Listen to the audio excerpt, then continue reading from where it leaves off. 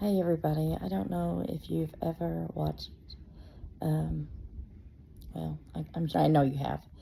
So, I've watched several people's testimonies about people's path and how it happened and everything, and I've shared a little bit of mine. It was a rocky start to get here, but, you know, you'll never depart from that of what you've been taught. If you're His, you're His. I mean, He won't lose any of us.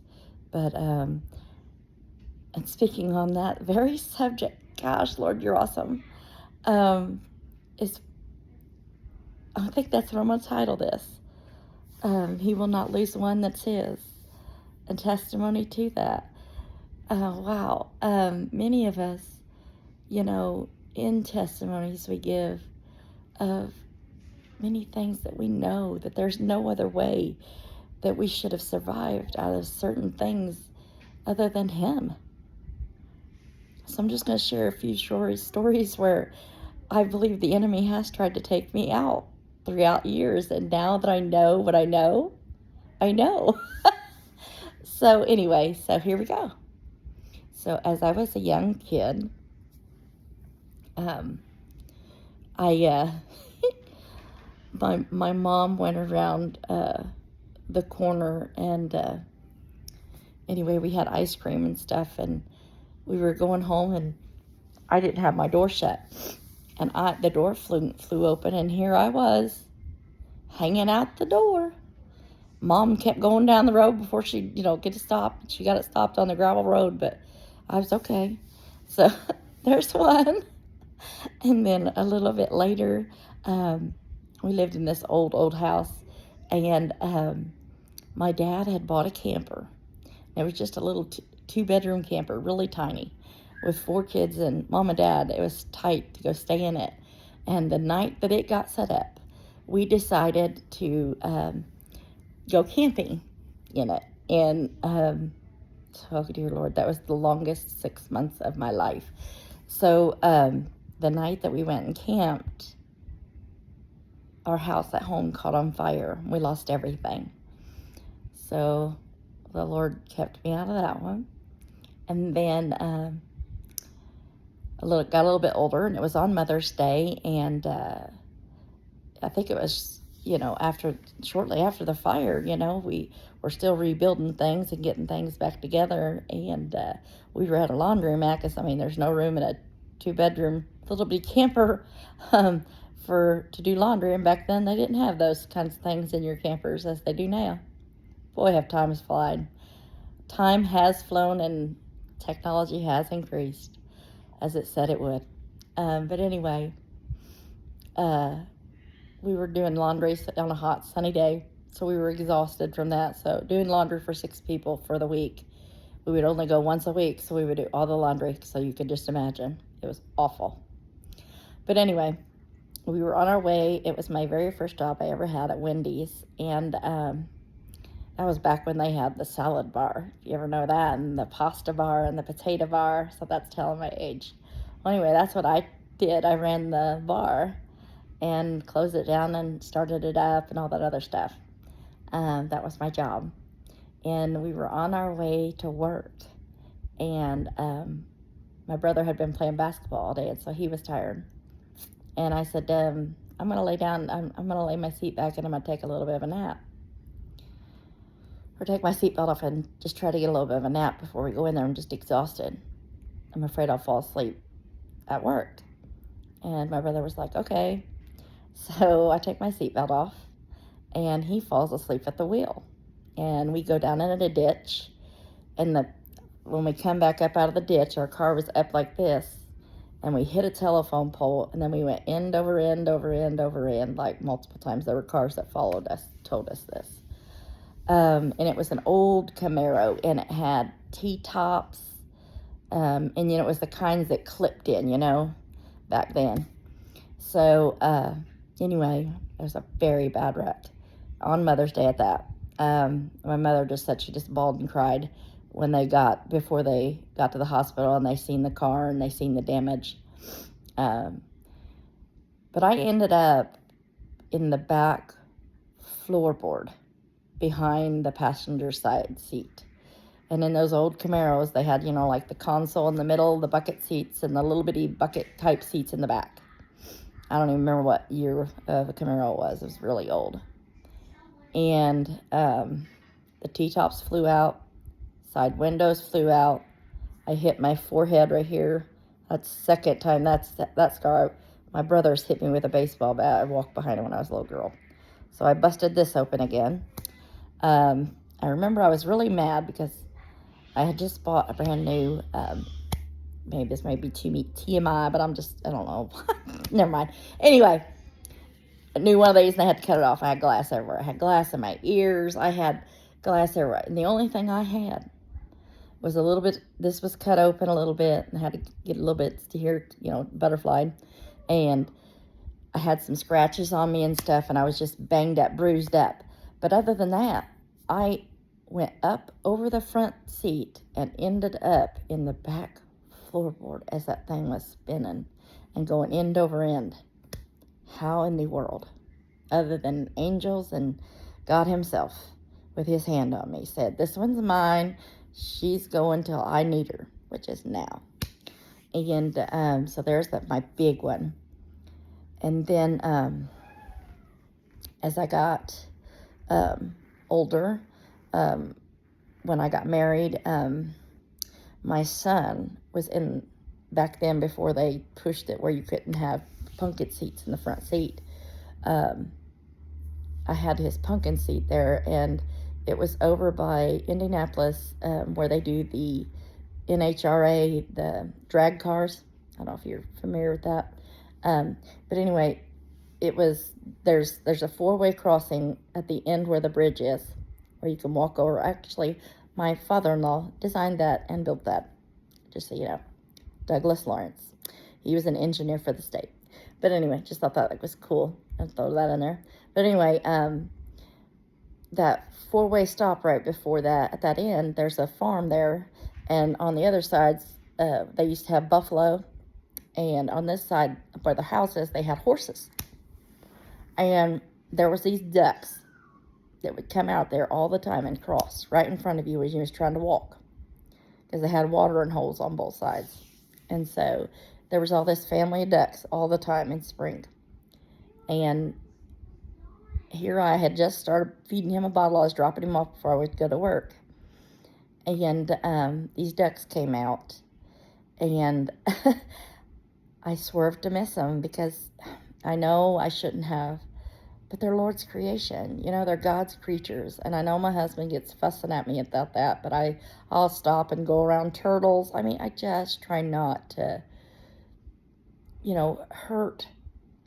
And my husband's always like, honey, sometimes it can't be helped. If they run out in front of you, you don't want to cause you to die. And that's true, but I love God's creation, so I just don't. But anyway, I went over towards the horses, and I went through her fence, and I ended up on my top. And I'll never forget it, because here I am trying to get my baby out of his pumpkin seat, and he's hanging upside down, and it's awkward. And I'm hollering out at these people that come out to my car when it happened. And I was like, hey, can someone please help me get my baby out of the car? He's not got one scratch on him. He's screaming his head off. I just need some help. I can't undo the buckle and grab him at the same time. Well, I tried because nobody was helping me. And the mom or the wife of the property was just really, really angry. And I pray that, I pray for her because, she was really mad and she was fussing at me and saying not so nice words and worried about her horses and her fence. And her son even yelled at her and he was like, Mom, she's got a baby. And he told her to be quiet and in not such a nice way. But anyway, my brother-in-law, and if you see my brother-in-law, he's like 7 something. He's huge and tall. He played football at ISU. And he he came there and he took this, it was PVC pipe with wire ran through it, hot wire. And he took it and he shoved it in the ground and he said some not nice things. He said, there's your fence. That's all I'm going to say. And they strapped my baby to this little big board, and they duct taped his head to it, and he couldn't move him. And then they did that to me, strapped me to a thing, standing up, because I just wanted to check on my baby. And he was like not even a year old. And of course, I held his hand the whole time, crying, and he's screaming his head off in the ambulance on the way to the hospital. And then, let's see. And then after that, I got a job working at FedEx at night. And I would, so you know how like a parking lot has different sections of cars parking lot, and you go to the middle to pull out, and there'll be like a parking lot over here and a parking lot over here, and you come out, and you have to look and make sure nothing's coming before you turn out to go to the stop sign to leave the main parking lots. Well, anyway, my husband had bought us a new family car, and it was a stick shift. And I'm not really good at driving a manual car. So when you're just learning how to drive one of those things, when you're putting it in drive or in first gear, it doesn't, if you're not good and smooth with it, you're like this, you just can't get up speed very fast. And I was doing that, and when I did, some lady was trying to get over to the next parking lot, and she was just going to go straight across the part that you come out, and go this way. She was just going to go straight across, and she T-boned me, and on the driver's side. So I'm so thankful.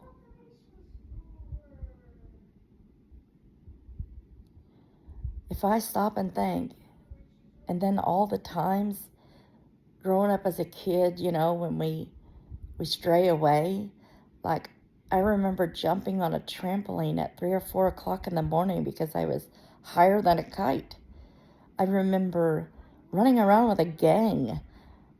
I mean, so many things. I remember being on drugs so badly that when I went to my mom and dad's on a Thursday, I didn't wake up till a Sunday.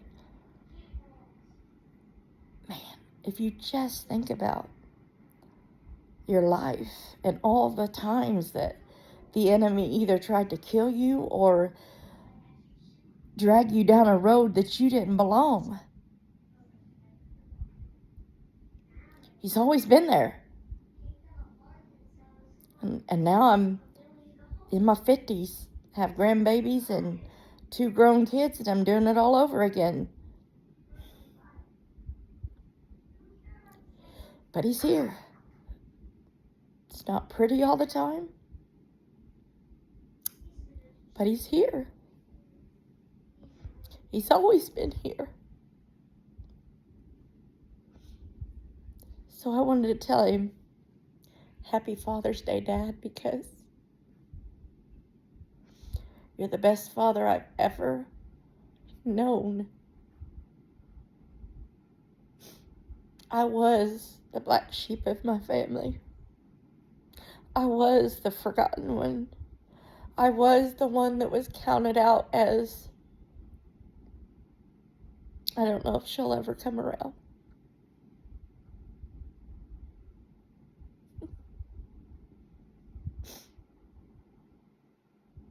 I remembered, and I love my dad, but